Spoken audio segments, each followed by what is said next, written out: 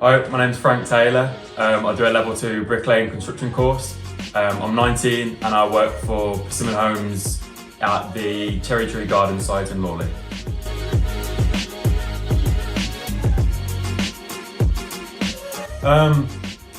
Mainly because I thought school and the whole school environment wasn't really for me. Like, I much preferred going out and earning my own money instead of just sitting in the classroom doing like work at a book. And also, my granddad was a bricklayer as well, so I thought I wanted to do something with my hands and I wanted to do something outside of schoolwork. And I thought, well, it's already in my family and I have someone to speak about it with. So I discussed it with him and we came to an agreement and yeah, I went to it.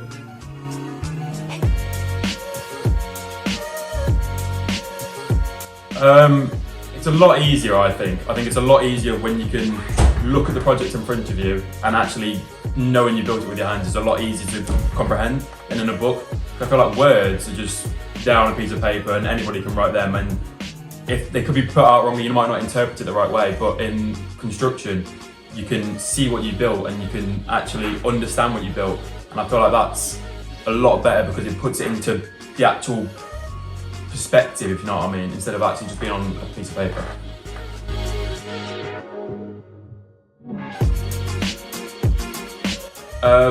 Honestly, it was probably the actual building site itself, like getting onto the building site, because I've always thought, like before I did my apprenticeship, that building sites were, you know, had a reputation of being dirty and had a reputation for people being like nasty and, you know, old men, like proper lads. But it's nothing like that. Like honestly, the lads I work with now are great. I've worked with some great lads before, and if anything, they're the complete opposite. Like they're not lads, they're not anything like that. And I think the people on the building sites have really surprised me, and a lot of people are very welcoming and accepting because they can tell that I was young and on a building site for the first time, and they've like taken me in, and they're, you know, they're very good to, not quick to judge.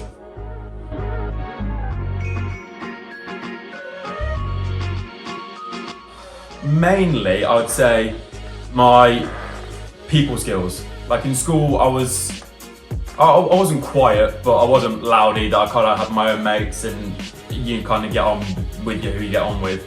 On a building site, you have to develop those people skills because everyone kind of works with each other. For instance, if like I'm up on the scaffold and the forklift driver is on down the bottom, you have to have a good relationship with the forklift driver because you have to shout down at him and you have to be polite with him.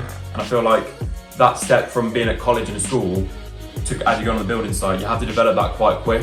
And I was really surprised about how fast I developed that and how well I developed that.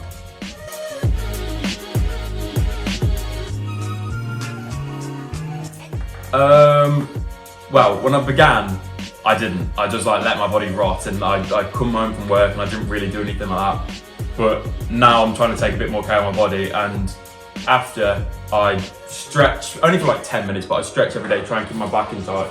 But the main thing for me is my hands and my skin. Like I always wear gloves because I don't want to get dermatitis, and after work I always like use Restore cream because there's no point in me being on a construction site all day and getting horrible hands and going home to, you know, if I'm trying to eat my tea, I've got all these like scabs on my hands. So I always try and look after myself with whether it's the stuff that site provides for you, like gloves or the cream, or if we want to go home and do my stretches myself.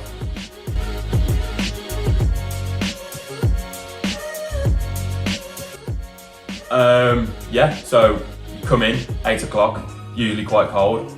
Hopefully it's not raining. Go in and you put your boots on, put your high vis on, put your hard hat on, and we make the walk down to the lift or where I'm working. Let's say at the moment currently I'm on cut up, so I'm right at the top of the house. So I'll go up the ladders on there, and then you have to get loaded out first. So you have to get all your compo, get all your bricks, and put them all out. Switch the radio on, and then if you sound, you can just get your trowel out and just start running in, and then yeah, that's it.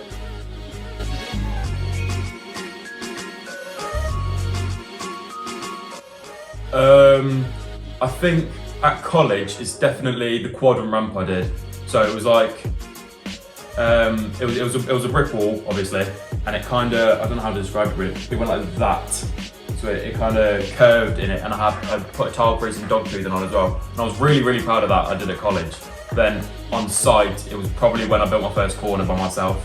That was like a year and a half ago now. but I was really chuffed with it because I went from not being able to do anything on site, just labouring, and then when I did that for my first time, my first brick corner, yeah, that was probably the proudest moment.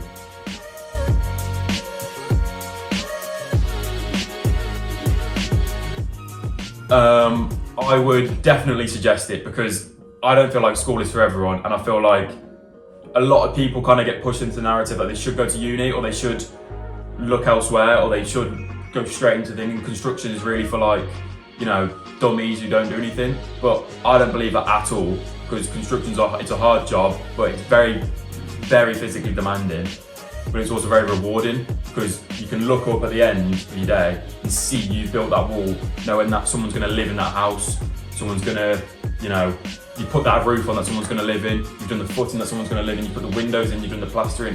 There's so many more different variations you can go in construction, and you're always going to have a job. That skill is always going to be needed, and it might be for you rather than university.